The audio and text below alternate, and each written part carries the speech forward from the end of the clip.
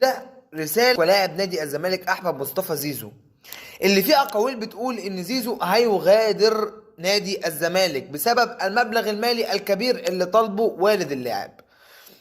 إذا كان زيزو مشي أو قعد، فأنا بقول إن الزمالك هو من صنع زيزو.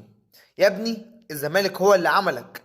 الزمالك بفضل الله سبحانه وتعالى عليك أولا هو اللي عمل اسم أحمد مصطفى زيزو، هو اللي ظهر زيزو للناس، وهو اللي خلاك نجم، ويقدر يخلي مليون لاعب زيك نجم ويحطه بفضل الله سبحانه وتعالى في مكانتك وفي مكانة تفوق مكانتك كمان.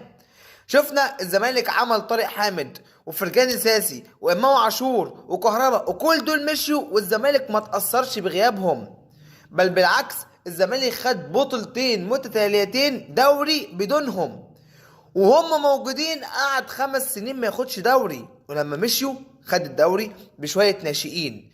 الزمالك هو مصنع النجوم الأول.